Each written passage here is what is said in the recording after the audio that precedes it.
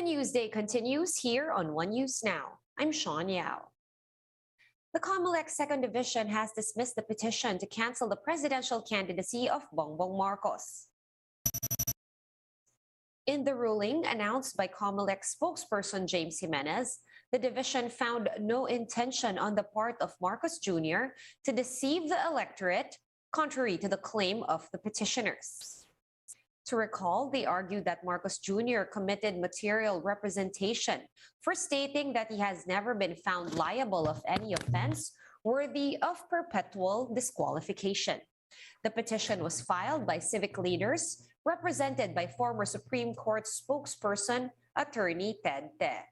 Two other petitions against Marcos Jr.'s presidential bid are still pending.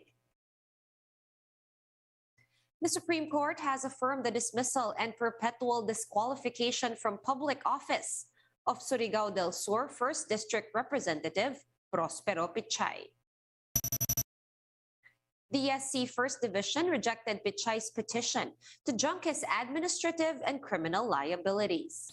This is in connection to the questionable investments worth 780 million pesos that were made during Pichay's time as chairperson of the Local Water Utilities Administration. In 2013 and 2014, the Court of Appeals affirmed the Ombudsman's order, which dismissed Pichay as the agency's chairman.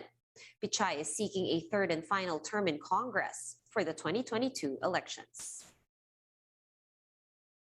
The no vaccine, no ride policy kicks off in Metro Manila today. Some drivers and even authorities themselves admit that the policy will be difficult to enforce. Camille Samonte with the report. Only those fully vaccinated against COVID-19 will be allowed to use public transport in Metro Manila.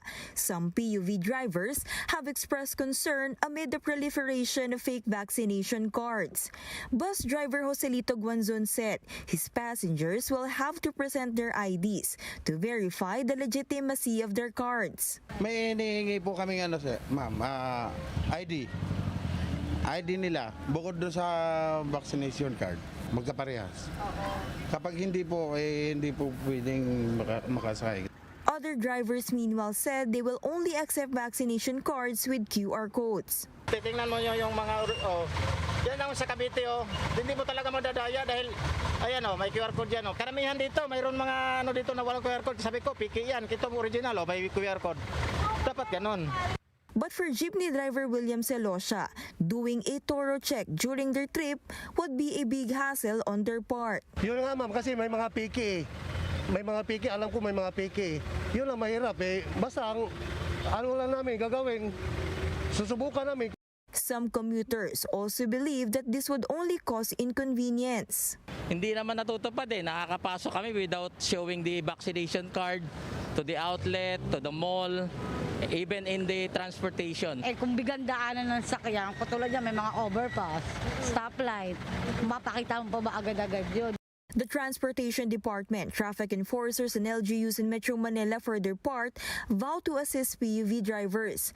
But they also admit that the no vax, no ride policy will be difficult to implement. Siguro paalala rin po tayo sa lahat ng natin before yung driver po natin, mapagsabihan na rin po na before isuot na rin po yung vaccination. The DOTR will also deploy mystery passengers to ensure the compliance of PUV drivers. Upang masigurado ho natin na kahit wala hong naka-uniforme na enforcer ay sumusunod po ang ating mga drivers dito sa ating polisiya at dito ho natin makikita kung paano po ma-implement itong ating programa. Rail operators and airlines have expressed support for the directive. For News 5, Camille Samonte, we are One News. A new law has renamed Roosevelt Avenue in Quezon City to Fernando Po Jr. Avenue. Let's find out how residents feel about this change in this report by Marty Bautista. Regarded as the king of Philippine movies and later declared as a national artist, Fernando Po Jr. or FPJ will be remembered as an everlasting icon in the country. And there's no better way to remember the king than to rename a whole avenue under his famous initials. This as President Duterte signed the law renaming Roosevelt Avenue in Quezon City to Fernando Po Jr. Avenue. News 5 visited the late actor's ancestral home to better understand the history and the grandeur surrounding the place he grew up in. Nearby was a car repair shop where Mang Rudy resided in. Residents said that Mang Rudy had known FPJ back in the day. Aside from FPJ, other famous personalities like Rudy Fernandez, Samboy Lim, and Joseph Estrada would visit to get together and hold jamming sessions in his ancestral home along Roosevelt Avenue. Mang Rudy believes that it is not a problem to rename the avenue after FPJ. Sa akin naman okay naman yun dahil kasi Filipino naman yun eh. Ang pagkakalam ko sa Roosevelt, ano ba yung dating presidente ng Amerika, di ba? Oo. Ay, siyempre, kung Pilipino yung si PJ, di okay naman yun. Wala nang problema yun. FPJ's closest friend and former stuntman also lived nearby.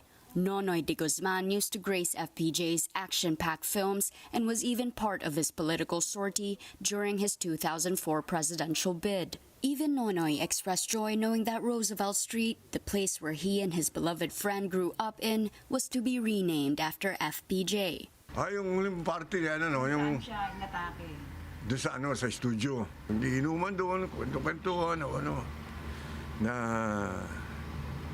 sige, party, lahat masaya o Bigla na lang itong siya, pa-shot lang o hindi pa nakakatatlong bote ng ng beer na biglang napasigaw siya.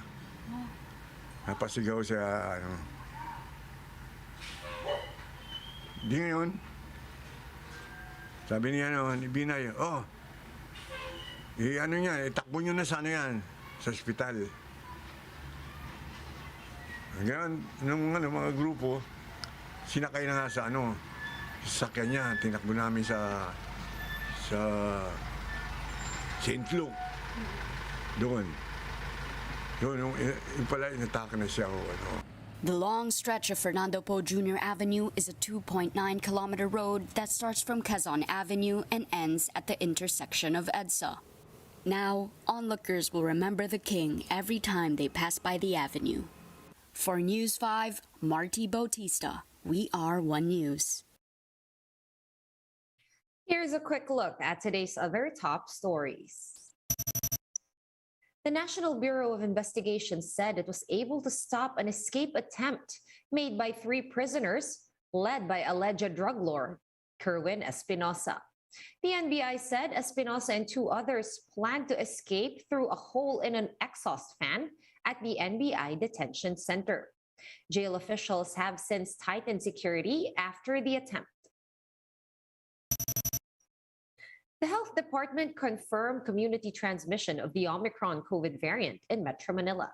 DOH spokesperson Maria Rosario Vergeres said this is evidenced by the steep rise in the number of cases in the capital region. The DOH is also noting a similar pattern in other regions outside of Metro Manila. And another oil price hike will be implemented tomorrow, January 18. A 90 centavo per liter increase is expected for gasoline, while a 1 peso and 80 centavo per liter hike is in the works for diesel. Kerosene prices, meanwhile, will be up by 2 pesos and 30 centavos per liter. For more updates, visit News 5, The Philippine Star, and Business World online. Visit our website, onenews.ph, for more in-depth analysis. You can also catch One News on the Signal Play app. Register for a free account at www.signalplay.com and stream One News live anytime, anywhere. Masks on, wash hands, and stay safe, Philippines. I am Sean Yao. We are One News.